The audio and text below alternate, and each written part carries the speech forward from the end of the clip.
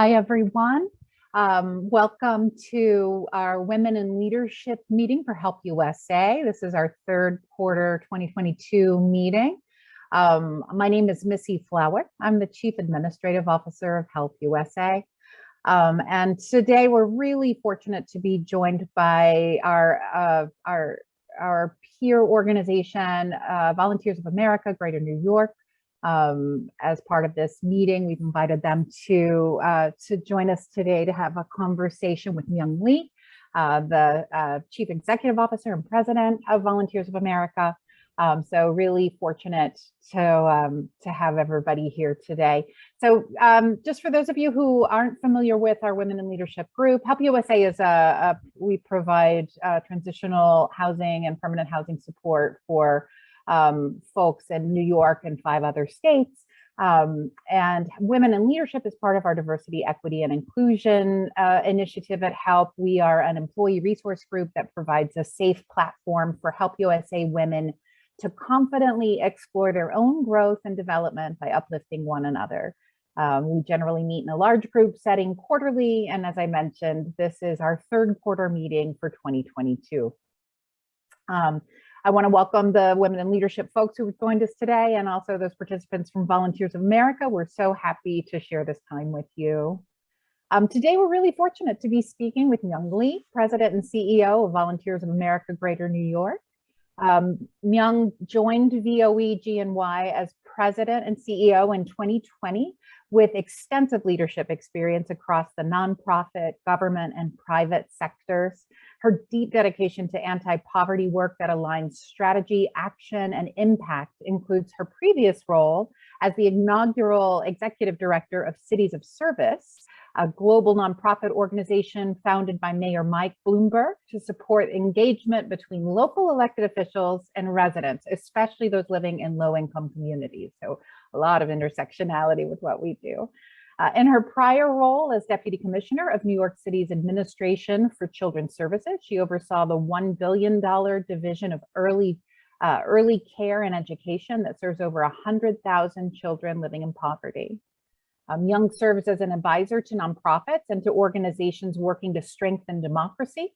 She earned her Juris Doctor from Georgetown University Law and has been recognized for her leadership on City and State New York's 2022 Asian American Trailblazers list, as well as the 2021 Nonprofit Power 100 list. So welcome to you today, Myung. We're so happy to have you. For everyone in the audience, we will have time for questions at the end of the conversation. So please do drop any questions that you might have into the chat, and we'll address them at the end of the last 10 minutes or so of the meeting. Myung, I have a few questions for you today. Really interesting to me, you started off in the private sector. I did the same thing. I started off in investment banking and then made the switch to nonprofit. So I'm always really interested to hear about how people navigated that change. You made the switch into a government or nonprofit space. So what drove that change, and what were the keys to successfully making that transition? Yeah. So first, thank you for having me here. I can't believe you guys wanted me to come talk to you. So I feel really honored. You know, my career path hasn't been one that has been thought through. It has not been a thoughtful career path. So I feel like whenever I do these career conversations, I'm usually the one that sits in the corner with a poster, like the poster child for, don't worry, it'll all be okay. You don't have to plan anything. Because my entire career has been a little bit roundabout and accidental in some ways. So I started out by, after law school, after graduation, I was supposed to go to the private sector and go to a big law firm. And I kind of had a panic session where I thought, I didn't go to law school to do this. I went to law school to save the world, like to make a difference and change the world. So at the last minute, and I think I actually handed it in a day late and had to ask for special permission, but I submitted an application for a fellowship to do Women in Law and Public Policy Fellowship, so that I could do that after graduating from law school. To much surprise, I got the fellowship. So then I wrote to the law firm and I said, hey, is it okay if I don't come for an extra year? Like, let me do this fellowship and then I'll come. And they said, sure. So while the law firm in New York waited for me, I had to call my parents and say, that $100,000 paycheck I was going to get, actually it was 80,000 at the time. That $80,000 paycheck, well, I'm actually going to get $25,000 and I'm going to do this fellowship instead.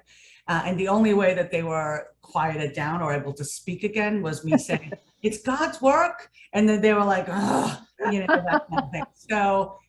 So I did that. And then once I did that fellowship, and that fellowship time was working with incarcerated women in the DC area. And so that was a really life-changing experience for me, because until that point, even though I'm an immigrant child, I wasn't born in this country. And, I have experiences as an Asian person, as an immigrant person, knowing about the African-American community, the Black and Brown community has always been academic. And I had friends, but they were all from the same economic classes and all of that. So to really get involved in working with incarcerated women in the District of Columbia, and to have my mentor, who was an African-American law school, well, she's now a law school professor, but then she was my supervising attorney, and working with her and understanding the challenges that are being faced by women who are considered by everybody to be like the lowest of the rung, right? Because you're talking about Black women, and then you're talking about criminals because they've committed some crime to end up in prison. And so everybody just kind of wanted them to go away. Nobody ever wanted to help them.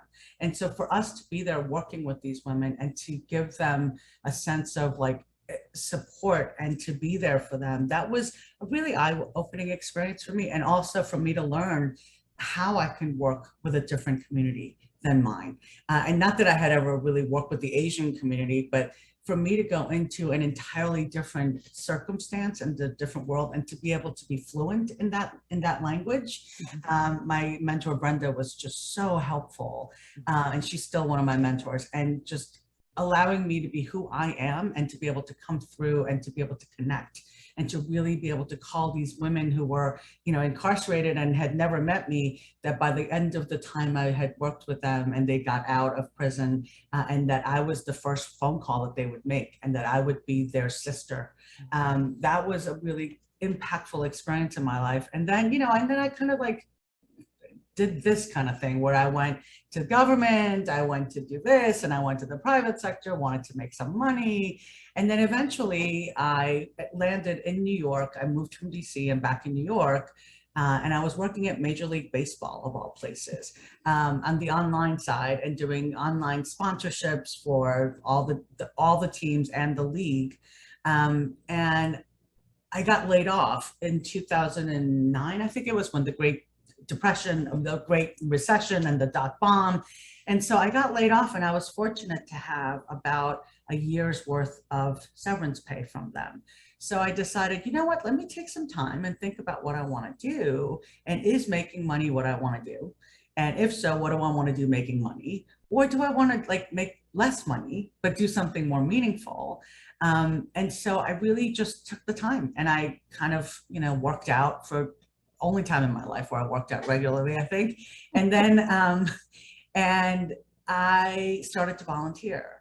And I had also spent time in the federal government working on creating the AmeriCorps program, where you do service.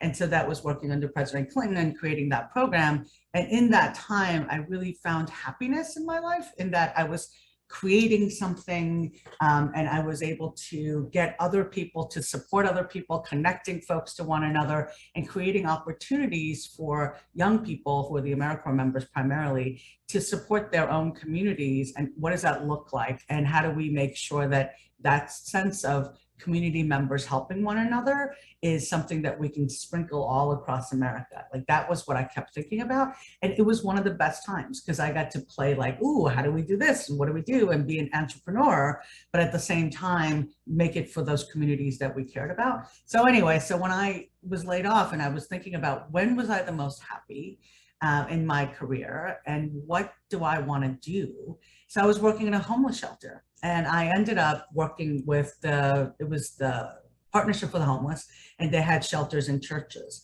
And so I was volunteering at a church in the shelter, and it was for the older adults. And so I remember being there, and I would go in and once a week and kind of help out and make sure that everybody was settled in, and just kind of hang out with them. And one of the guys became a friend, and his name is Donald. I don't think he's alive anymore, but he became a friend, and he sat me down one day and said, "Hey, kiddo." I said, "Yeah." And I'll never forget. He was like, "Kiddo," and he always called me kiddo. And I was like, "What are you going to do with your life?"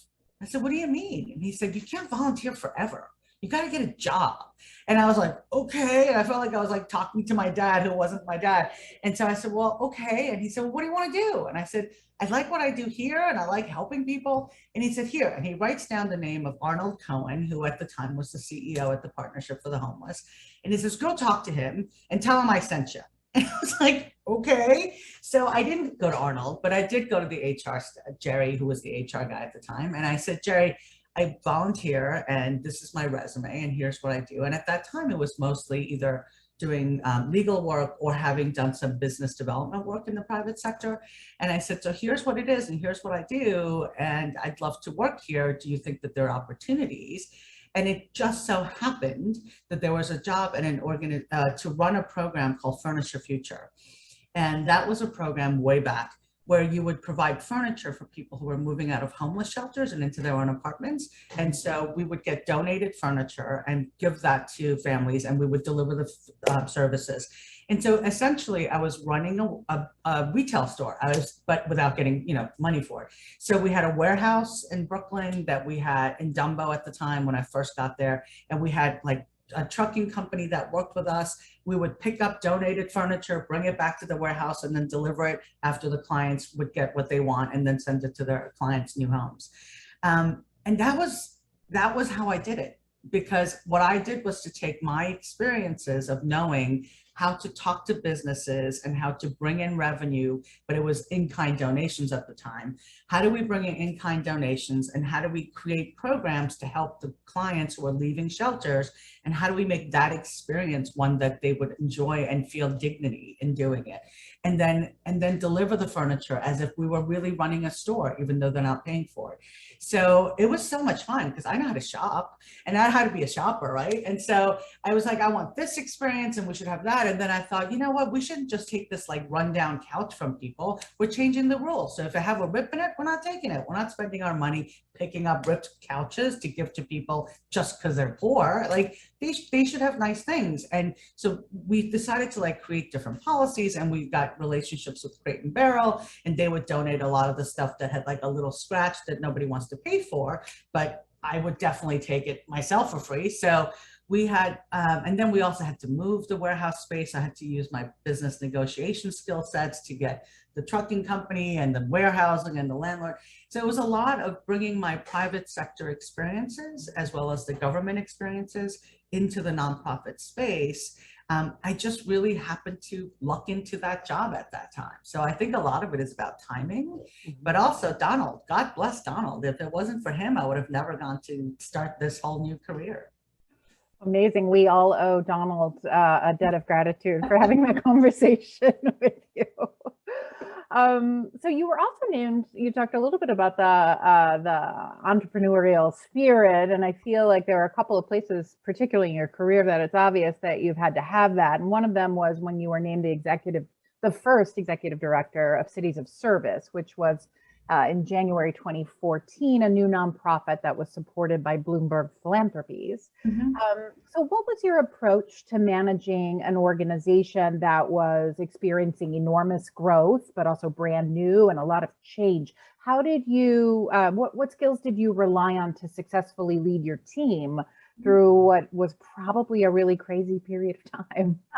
Well, the fun part was I was employee number one, and I got to hire my whole team. So that was great because I got to select the people that I can trust and work with. And most of them are really, actually, I think all of them are still in touch with me, and really we stay close.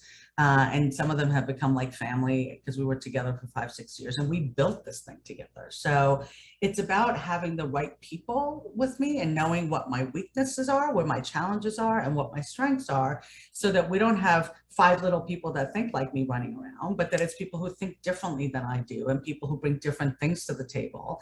I'm always aware, and I'm sure many of the people on the call are, because, women, we always pick on ourselves a lot. And so I know all the things that are wrong with me and all the things that I need to do better. And so in keeping that in mind, I hired my team who could make up for my deficiencies, let's say, right?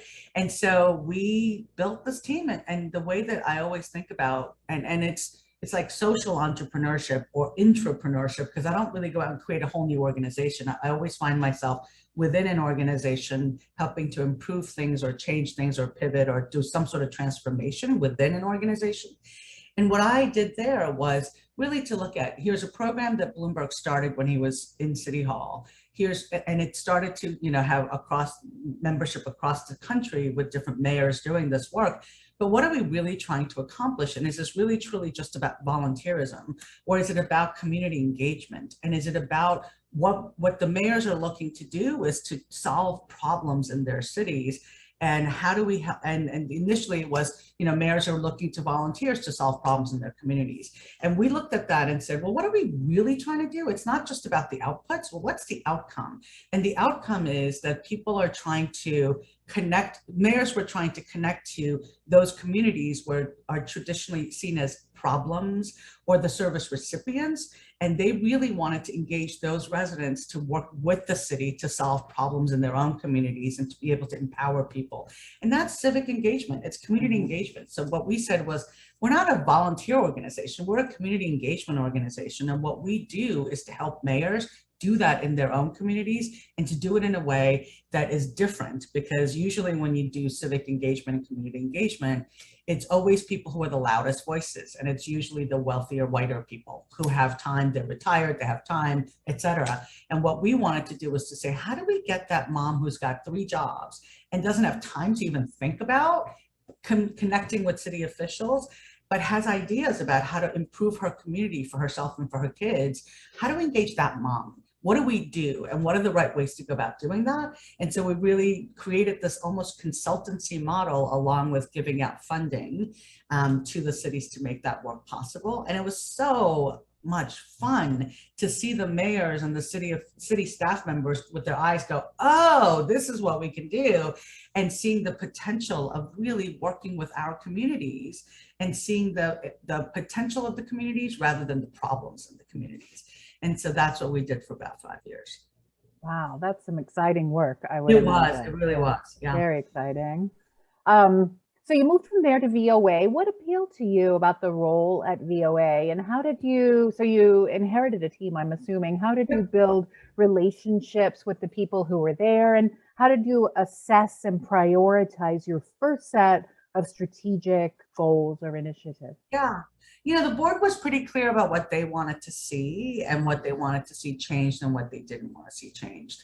And so having that broader parameter of what the board is looking for as the vision and for their governance, I went into the job thinking, okay, everybody says I have a great team of folks. Let's go in and see if we can make the chemistry work. And I really went in with the eyes, with mindset of everybody's going to stay and everybody's going to work with me and we're all going to move forward. It's a little idealistic because everybody has a different style. And the previous CEO and I are very different. She's an incredible person who did amazing work at the organization. And now that I've been doing this for a while, I have even more respect for her than I ever did before. And so, but we're very different. I mean, the first day she and I met, it was like this thing out of a movie where she comes down looking beautiful and elegant in her suit and her heels and her stockings. And I come bopping in my sneakers and my jeans, right? And so I was like, oops. And I felt like I didn't get the memo. And so I think that because we're so different, we're bound to have different styles of management and working. And so not everybody who was here when I got here is here. But I think the team that we have now is a team that really, truly, I think, respects one another, and we try to work together as a collaborative team. And we still have culture change to do, because anytime a new leadership comes in, there's always culture change. And so we're still working on it, and we're 126 years old now. So it's now for the next 126 years. My goal is, the biggest strategy and the strategic goal in my head is, how do we set us up? And how do I work with this team and this organization so that we are now set up for the next 126 years? Of course, coming in the middle of the pandemic, made it like some things have to accelerate and some things just be like, I don't know, that can't happen anymore. So there's a lot of that that I'm contending with, which made it much more interesting about what the future looks like, because I don't know if anybody knows that right now. But I do believe that one of the biggest jobs that a CEO has is to predict the future in some way and to get us ready for it. So that's my goal. And then there's the day-to-day stuff of just making sure that we have a new strategic plan, that we're sticking to it, and that we're really making the strategic plan a living document, not just like this thing that sits on a shelf. Because I hate wasting my time. And I feel like if we're going to put all this effort into creating one, we should actually do it. So we are going through that process now, and it's been a lot of fun. That's great. So you're currently shaping your strategic plan. Well, we have one. And you have our goal, so our new vision, because we're an affiliate of a national organization, and the mission is from the national organization. So and I didn't want to create a whole new mission for the organization and go through that because it takes a lot of time. So what we did was to create a new vision for the organization. And our new vision is that we're an anti-poverty organization working to end homelessness in the greater New York area by the year 2050 through housing, health, and wealth building services. And in doing that work, we recognize that we are dealing with institutional racism, that we recognize that there are barriers like that we have to address. So we are focusing on some legislation and policy issues, not just on dealing with the housing part and the shelter part, but also looking at the causes and what systemic change we have to make so that we can truly have our clients not be housed and stay housed forever. And that means we have to provide the health services, a lot of behavioral health, mental health, and other physical health services. And then we also have to look at how do they sustain their homes. So it's what kind of wealth building services. And we had a big debate around the word even wealth, because we don't want to just give people a job. We don't want to just do financial empowerment classes. We really want to think about, what does it look like? What does wealth mean? And for us, we landed on a definition that for us, wealth means that you have greater income than your expenses. Simple, right? But how many of us can't say that we have that? Many of us, most of us. And so how do we help our clients who are making $15 an hour? How do we help them so that they're not making $15 an hour, but that they're in a career path or some way of building wealth for themselves so that they have actually more income coming in than the expenses that they have? And so, yes, it will take financial empowerment classes, right? It will take financial literacy classes and numerical literacy classes. It will take budgeting. It'll do all of that stuff on the expenses side, but we also have to look at the wealth side and the income side, and how do we really help so that it's not just the low income being a clerk at a store type of a thing, but how do we help them to build a career path potentially, and also even look at things like building housing or owning homes. How do they own their own homes? Are there creative ways that we can help our clients actually become homeowners? And so we're looking at all those possibilities, and I love living in the space of possibilities.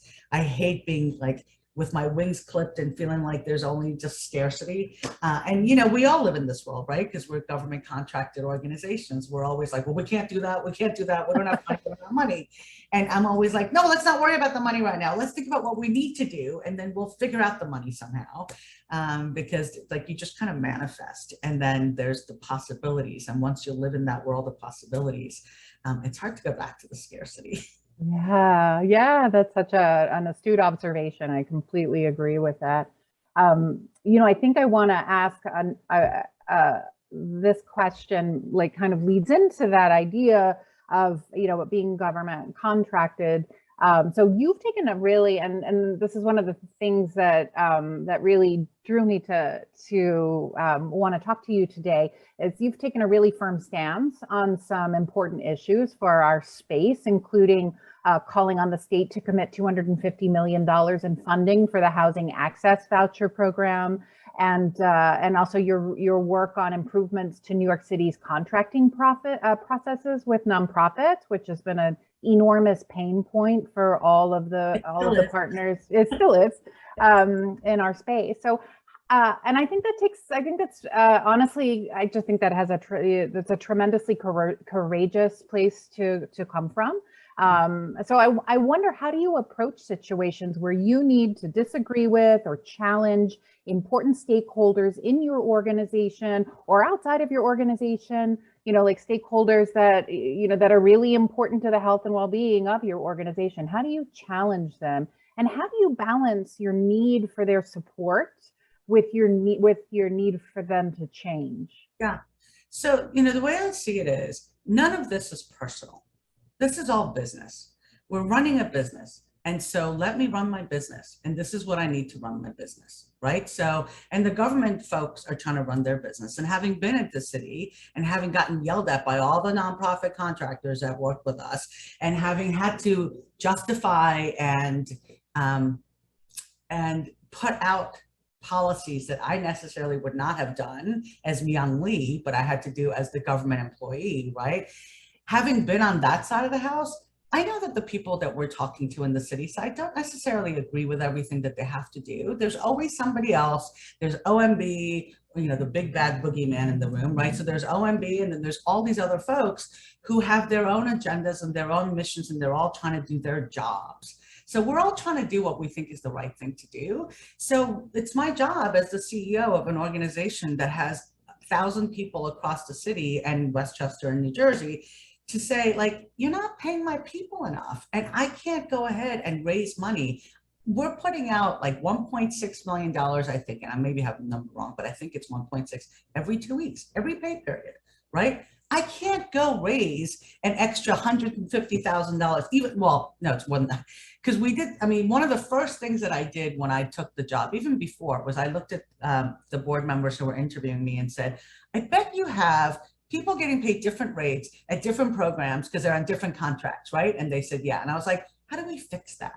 And so they said, well, we need money to fix it, and and we can't.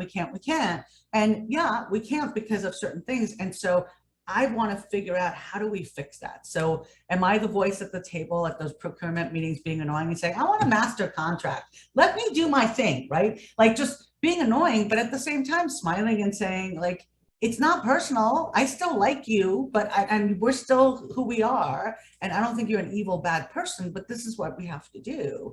And I think that even like if I'm having disagreements with my staff members or my board or whoever, it's not personal. We're here to get the job done. And if it means that we have disagreements, so be it. We have disagreements, but let's figure out a solution and get the thing resolved, because at the end of the day, it's about serving our clients well. And if our staff aren't getting paid well enough, they're going to be so stressed and anxious that they're not able to help the clients, right? So that's what we're trying to do. And we haven't been successful yet. We have to do it.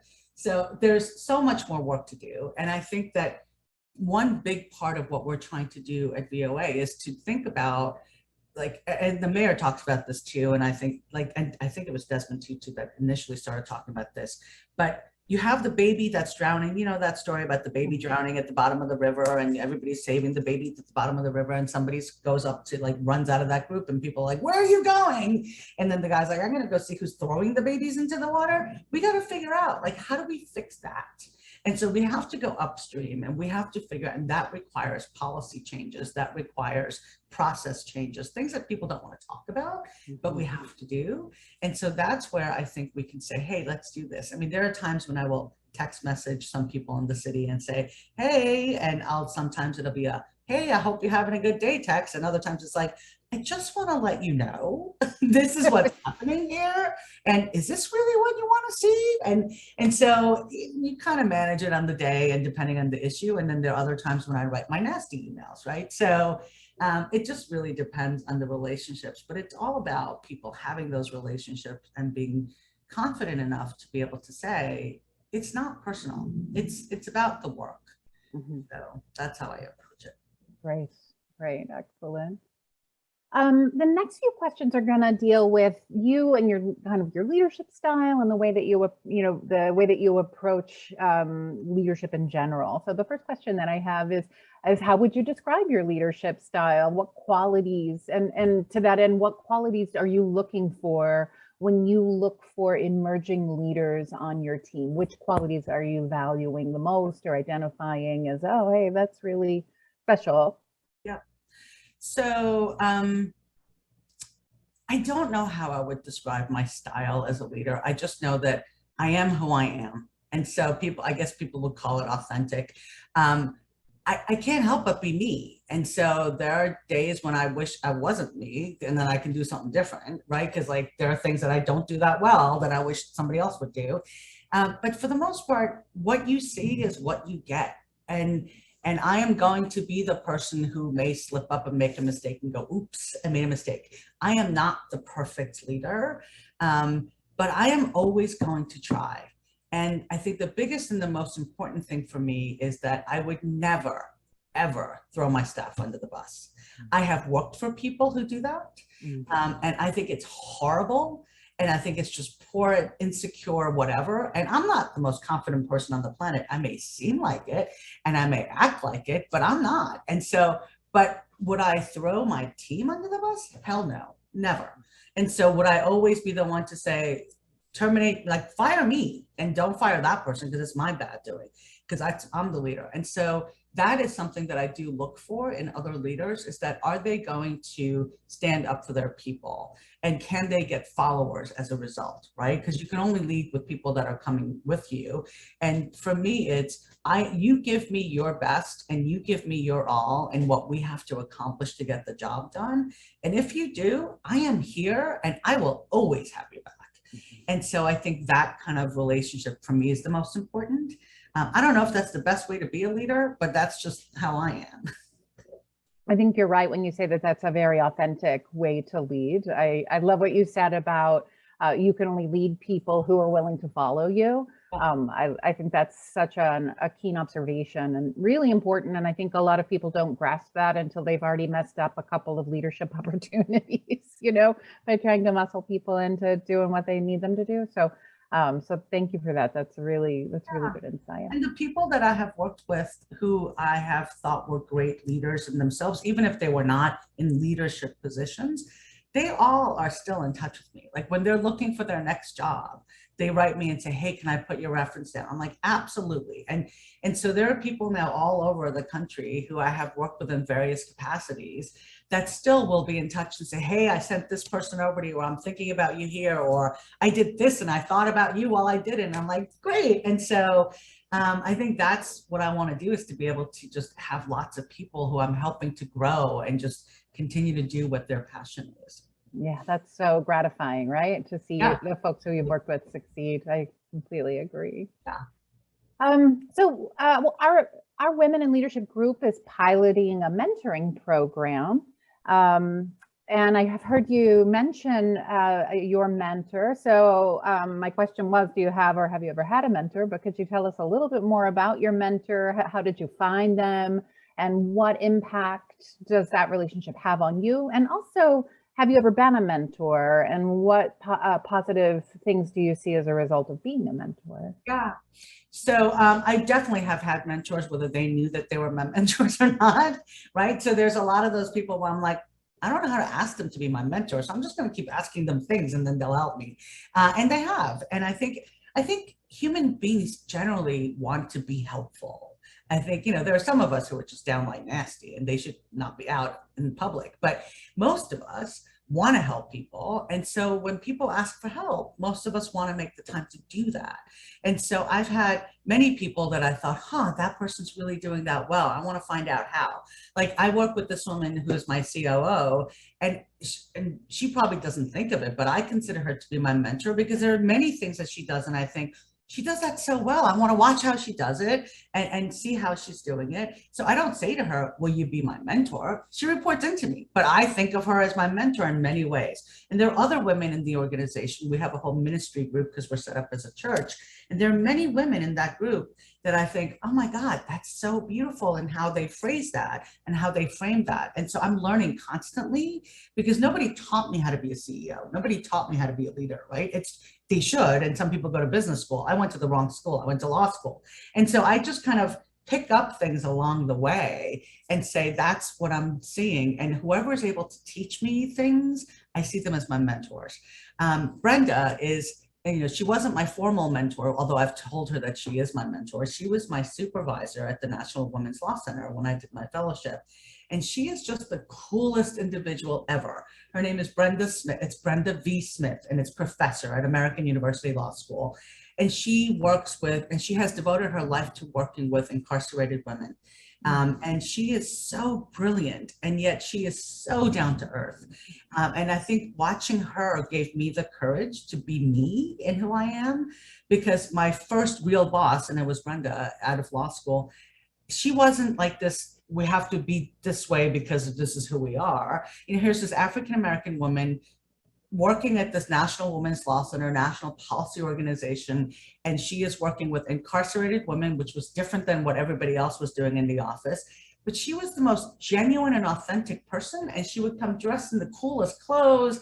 And I was just like, I want to be her. And so there are times when I look at myself and I think, I can do this. Brenda would do it. I can totally do it. And so, and I do that a lot. And, and I'm always kidding around. And now we didn't even stay in touch for a long time because she was there and I was here doing different things.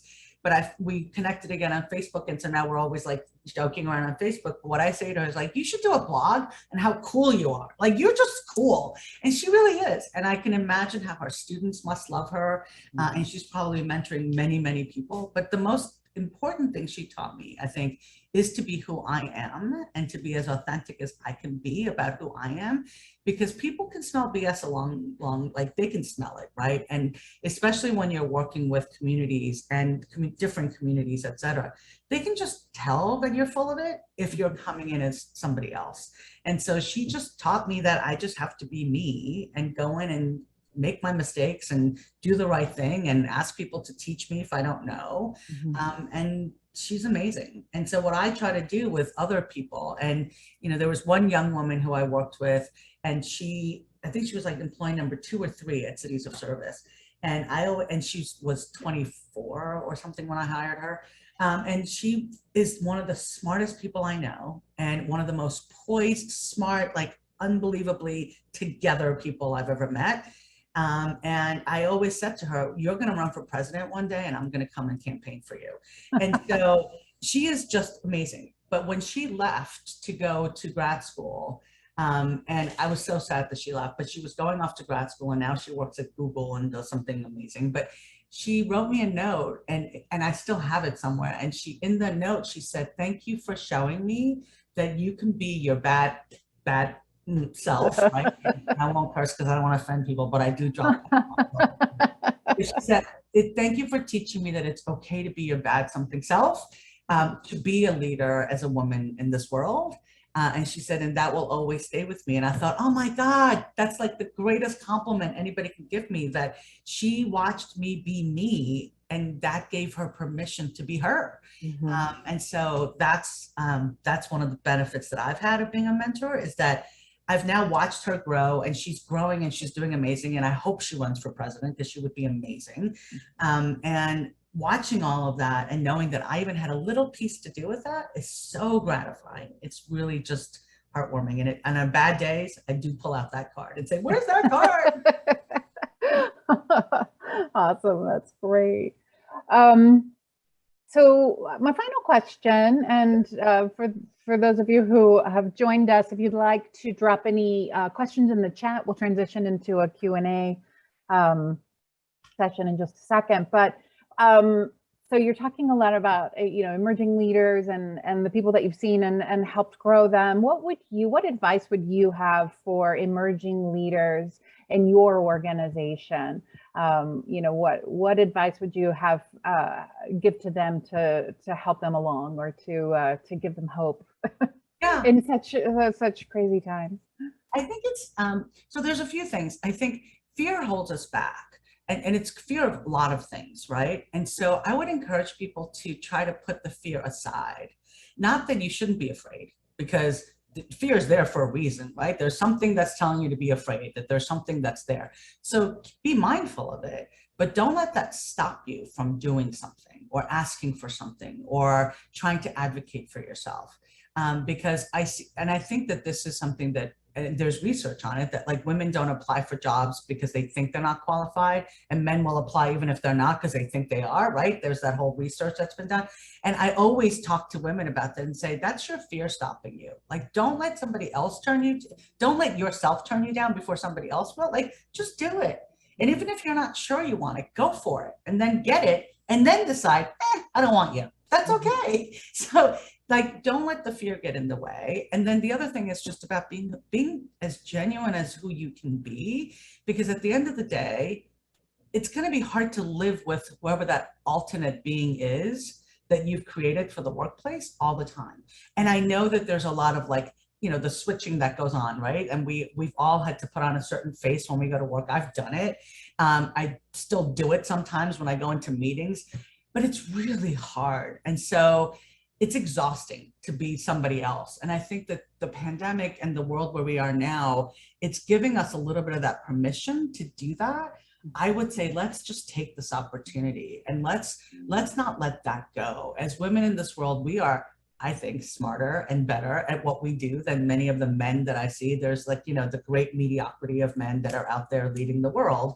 And I think that we should just kind of start taking over by being who we are and demanding that we should be able to be who we are and be able to come into work and be representative of who we are. And that's okay. So whether it's your hair or it's the way you dress or it's how you talk or whatever that may be, don't let it stop you. I mean, obviously you want to have some fit in the organization, but don't rule yourself out. That's great. That's very inspiring for me to hear, actually. So thank you for sharing that. That's really helpful. So I'd like to turn it over to the folks who are attending today. If anyone has any questions, I'd invite you to drop them in the chat. Be happy to read out any questions that you guys might have. We have just a few minutes. Oh, we have. I hope I've bored people. Oh, I don't think so. Hold on. We've got one person with their hand up, but I can't seem to find them. Sorry. Oh, Gina. Hold on one second. Gina, I'm going to try this. We'll allow you to talk. So if you have a question, you can ask it now. And if you don't have a question, you better think of one really quickly. Gina? Hi, the chat box is disabled, by the way. Oh, no. Oh, I'm so sorry, everyone. Thank you for letting me know that, Gina. I don't know what happened. So we'll do it this way then. So that was her question. No, I do have a question. Oh, go ahead. Hi, thanks for being here and sort of talking about your experience. So I'm a fellow Asian American woman in this field, and I just wanted to know if you can provide some context to your professional growth as an Asian American woman, maybe some challenges and successes. I mean, you're obviously a CEO, but maybe some challenges that you've had as an Asian American woman. Yeah, there's a lot of challenges. Well, so first, as a woman of color, right, I think we all have challenges in different ways. And so and I was having a conversation with one of the program directors the other day who happens to be an African-American woman. And she was talking about, and she was really sweet. And she said, can I be honest? And I said, yes, please be honest. That's the only thing I want. And she said, well, as a Black woman, I'm afraid to say things because then people think I'm angry. And I said, totally, I get that. I said, but as an Asian American woman, I get the whole notion of like, I'm supposed to be quiet. I'm supposed to be kind of, subservient, so to speak, and kind of go along with things, right? That's what people see and expect. And so when I don't do that, people are like, whoa, like you're not fitting in with the expectations. What's wrong with you? And so there's some of that stuff. And then I think just as a woman, and maybe even more so as an Asian American woman, is that the invisibility factor gets multiplied. Because when you're in that room and you're in a meeting and you've got all these people around you, Asians, I think Asian Americans generally are kind of invisible in lots of ways, in lots of conversations, et cetera. And then on top of that, as a woman, so there's been many times when I have made a point in a meeting, and believe it or not, and as loud and obnoxious as I can be, I have made points where people kind of, it's like crickets after I say something, and then somebody else, usually a white man, will say something. And I'm like, wait, that's what I just said. But I think many women go through that. And I don't know if it's multiplied because I'm an Asian American, but that's definitely happened. And I'm sure there's many in the room that can do it. And then I think the other thing is there's a little bit of loneliness factor.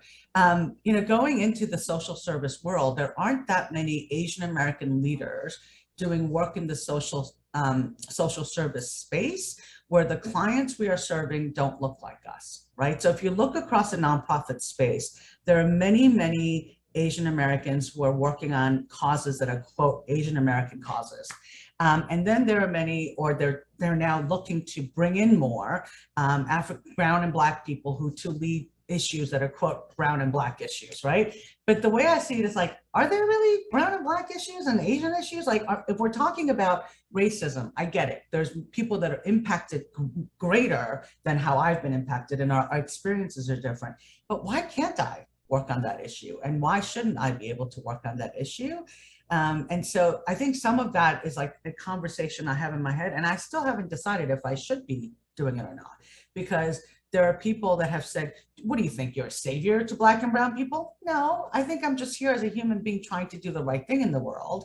But does that mean that I'm taking up a seat that somebody else should have? You know, and so I struggle with those thoughts sometimes, and I still haven't decided what the right answer is. And until then, I'll just keep doing it. And so I hope I'm not making a grave mistake in continuing it. But I think those are some of those things. Great. Thank you. Thank you so much, Gina. Other folks who have questions, you can stick your hand up, which is down at the bottom.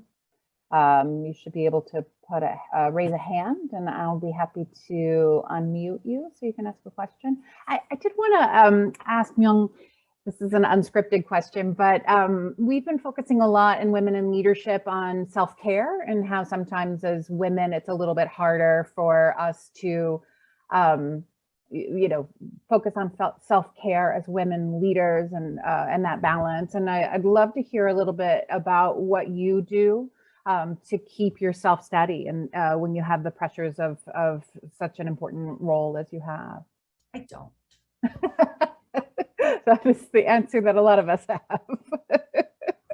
It's something I have to work on. It's something that I have to get better at. But I don't, you know, I try to take time. I try to take vacations. I did start in my last job to take 2 weeks off every summer. Oh yeah. Which was amazing. Like, what a difference that extra week makes to really come back and feeling relaxed. So I'm not doing it this year, but I've done it in previous years. But I'm not really good at it. And it's something that I know I'm not good at, and I try really hard. So now I try to, like, I don't know, I watch bad TV, or I just, you know, watch the same shows over and over again because my family likes the same shows, and so we just watch it over and over again, or try to spend time with my doggy, who I love.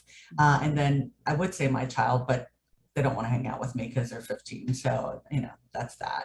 And then my husband, I guess, and then I try to, there's just too much to do between taking care of my elderly parents and just the world and family. I don't know how to do it. I'm not that good at it. It's a bad question for me. Actually, I think it's great so that everyone on the call understands that they're not alone when they struggle about, you know, when the struggle to prioritize self-care is real. And I think a lot of people, myself included, don't do it particularly well. So it's, you know, it's good to see that it's a common theme in general. It is. We all have to get better. Definitely. So I want to give one last opportunity for anyone who has any questions to raise their hand. Say going once, going twice. Did I put everybody to sleep? I don't think so. I definitely don't think so. So we're going to go ahead and wrap it up. I want to thank you again, Myung, for joining me today and for sharing your thoughts with us. It's been such a great and enlightening conversation. Really have taken a lot from it. So thank you for sharing that with us. Oh, we do have someone who just lifted their hand, Camille Hart. Hold on one second, Camille. I'm going to allow you to talk now. And you can unmute yourself. I didn't really have a question. I just want to say thank you so much for sharing. I think you're so wonderful, and you are a mentor to us all. Whether you're deliberate or not, I just think you're wonderful. Thanks. That's all I had to say. Thank you so much for sharing. Fantastic. That's great. So I feel like, you know, she probably like had to represent. Thanks. Wonderful. And then we have Vanessa Burton. as well, who just raised her hand. I'm going to allow you to talk now, Vanessa. You can unmute yourself. Yes, again, well, I didn't have a question either. I just thought this was very inspiring. And I just wanted to say thank you. I appreciate what you said, Ms. Lee, and thank you, Ms. Flower, for hosting this. But this was very inspiring. Thank you kindly. And that's like, you just call me Miss Lee. Oh. You know, We in a Myung. we do that at Help. We really do that a lot.